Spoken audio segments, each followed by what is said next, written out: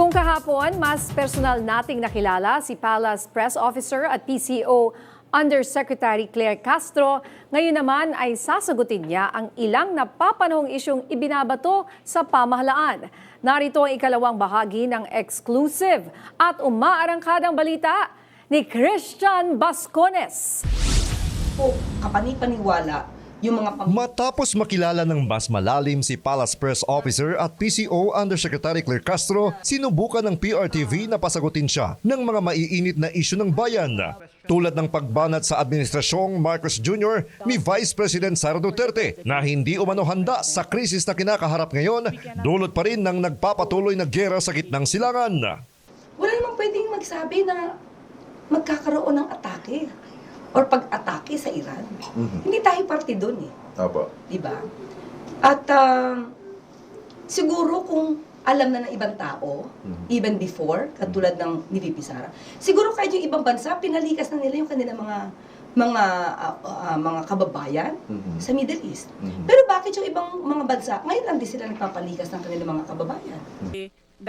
Ibinalik naman ni Castro sa bise ang paratang nito. Dahil noong nagsimula ang tensyon, missing in action umano si VP Sara.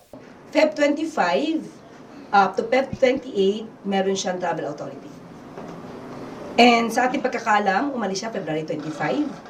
Bumalik siya as of March 1. Hindi natin alam kung nakabalik siya ng March 1. So yung unang putok, Feb 28, wala siya sa Pilipinas. Nasa bakasyon siya.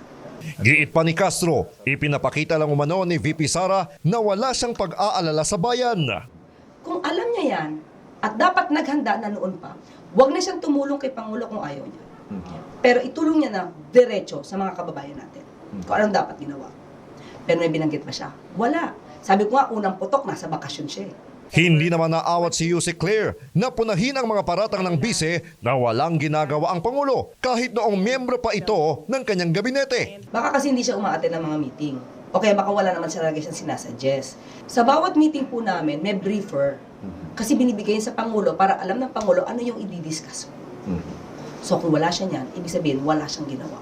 At dahil isa lamang siya sa mga matatapang na sumagot sa mga akusasyon ng Vice Presidente, hindi maiwasang maikumpara siya kay VP Sara na maraming nagsasabing tila nakahanap na ng katapat ang Vice. Pero ang sagot niya sa tanong na, Maraming nagsasuggest. Lumalabas po yung pangalan ninyo. Aasahan po ba natin, Auntie Claire, for President 2028? For President, Yeah. Nako, hindi po. Sabi ko nga, hindi ko mainisip na magiging Palace Press Officer tayo. Hindi ko inisip na makakaharap ang Pangulo. Hindi ko inisip na siya yung madalas ko makakausap. So, di ko alam yung magiging kapalaran.